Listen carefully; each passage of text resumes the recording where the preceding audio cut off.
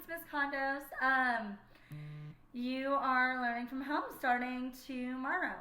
So I want to talk to you guys about my expectations for the first 3 days of learning from home, and I also want to tell you guys a couple of really cool things about learning from home. Okay?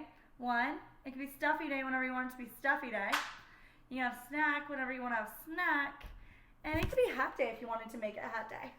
Okay? So let's have a good day and let's get started. Hi guys, so you guys should have a paper that looks just like this.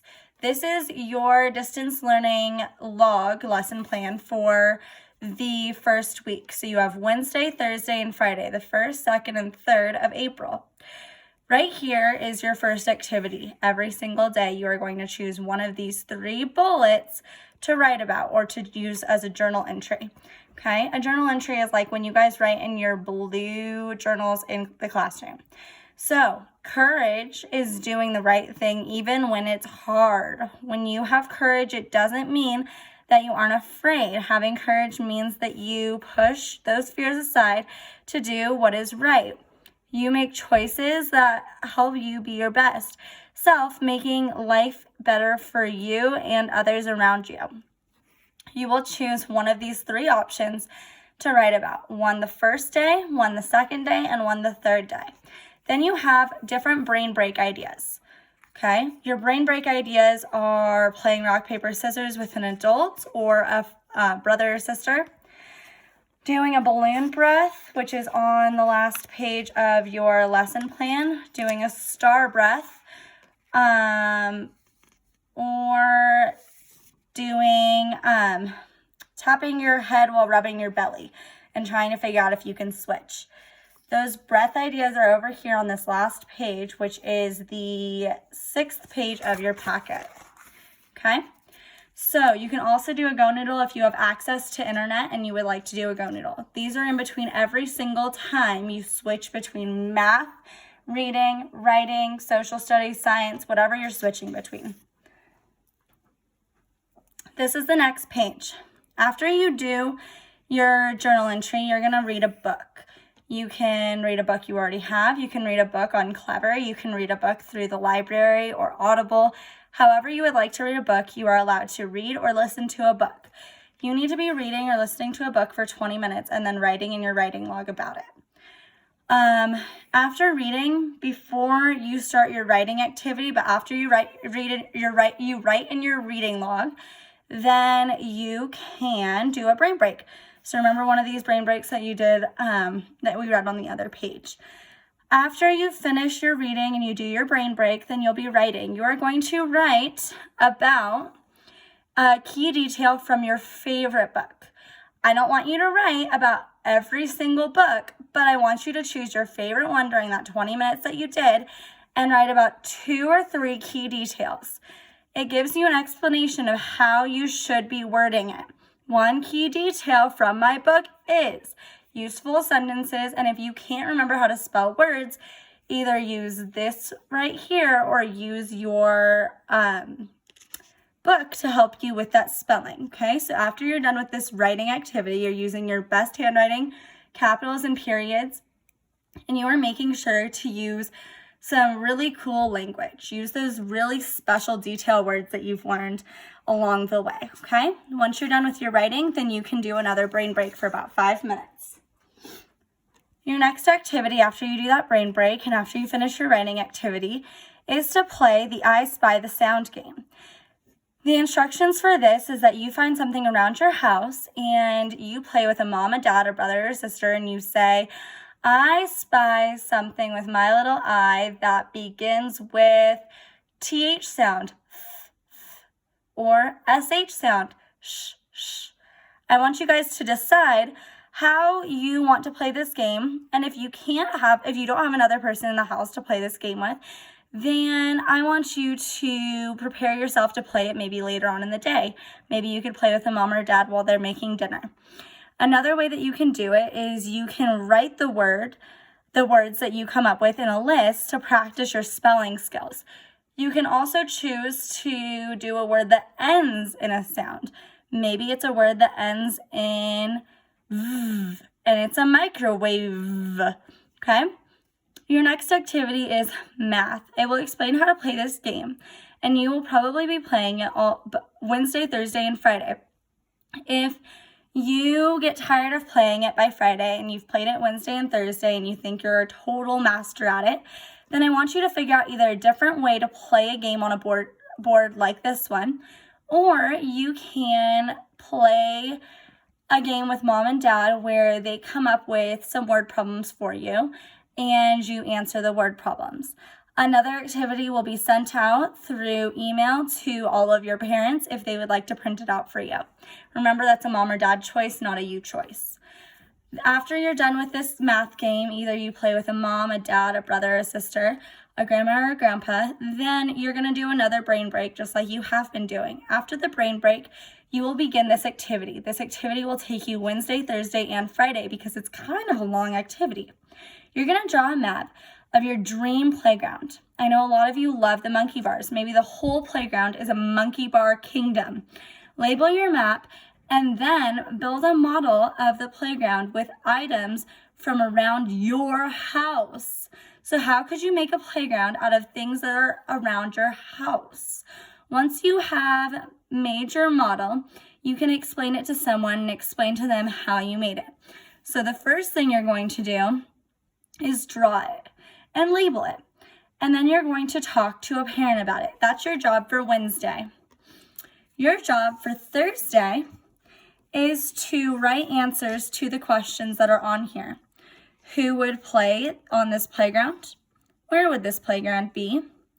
In making your playground, what worked well and what did you have to change or modify?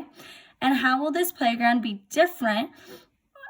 How will this playground benefit or help your community? Once you have finished this should take you Wednesday and Thursday. On Friday, maybe you could color your playground, or you and mom and dad could, or you and grandma and grandpa, or you and brother and sister could work on making this playground up out of things at your house. Your next job is to do another brain break like you have been, and to do your music lesson for that day, which we'll go over in just a minute. Your last thing for every single day is to choose one of these things. There are 3 options because there are 3 days, Wednesday, Thursday, and Friday, but you can do them in any order you want. How can you help someone be courageous? In what ways have you or a friend shown courage today? Try and identify 1 to 3 courageous moments. And 3, what does it feel like to be courageous? Once you are done with that, then you are done with each day's activities. Okay, so the first paper that you're going to be using in your packet, it says day 1, day 2, day 3. And then there's a spot down here for day 4 and day 5 during weeks that we have 5 days that we're doing this work.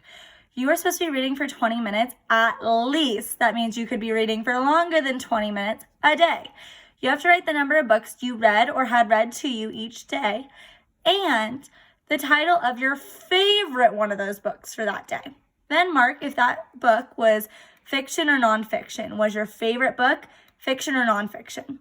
You have to make that choice, figure it out. Remember that fiction means it's something that did not happen. Nonfiction means that it's something that did really happen in real life. This is a blank piece of paper. It is here for you for the math game that you're about to do, or for writing. So keep this paper, set it aside, and remember that you have it for a good reason. Okay, this is for your writing. It says students can write to sources using a text that they have read. So this is week 1. You are only going to focus on what is in week 1.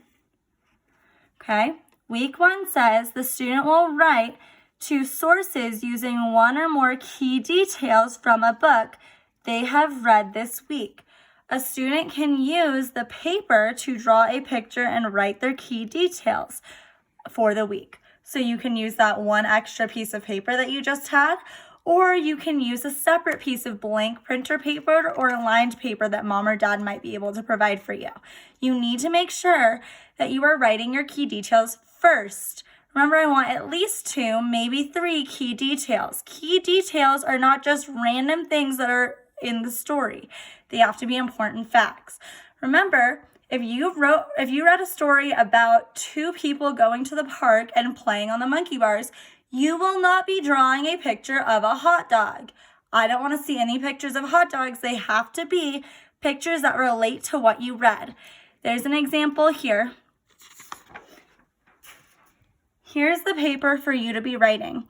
This can be your first day's writing, so you have a spot for your picture and the words, and then the next day you can use a lined piece of paper. Or mom and dad can make copies of this paper if they know how to do that. If mom and dad say no, that is your answer. 4 in a row. For this game, you need 2 paper clips. Paper clips are these. If mom and dad don't have paper clips, you can use pennies, you can use beans, you can use anything you want to. Next, you will be playing this game. These are the instructions for the game. I'm just going to quickly explain it to you guys. Mom or dad, or brother or sister or grandma or grandpa will be playing this game with you. They will be player 1, and they will put their paper clip on one of these. So let's say they put their paper clip on number 2, okay? Let's say you don't have another paper clip. You could use a quarter. Let's say you put your quarter on 10. So now I have 10 plus 2 more. I'm going to count on. So I have 10, 11, 12. I have to find a spot where there might be 12 on here. And I need to mark my initials there. Okay? So your initials mean that you would write Miss Condos, MC, Joe Bob, JB, Millie Condos, MC.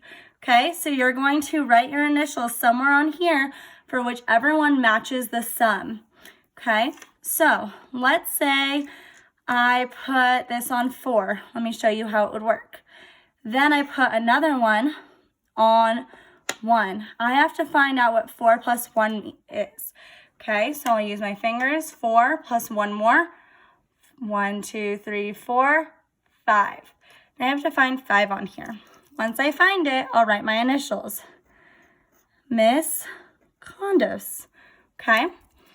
If you don't want to write your initials because you want to use this game board for Wednesday, Thursday, and Friday, maybe you don't want to make copies of it, then what you can do is you can maybe take a piece of rice, take beans, take earrings if you're a girl and you've got some earrings or mom does.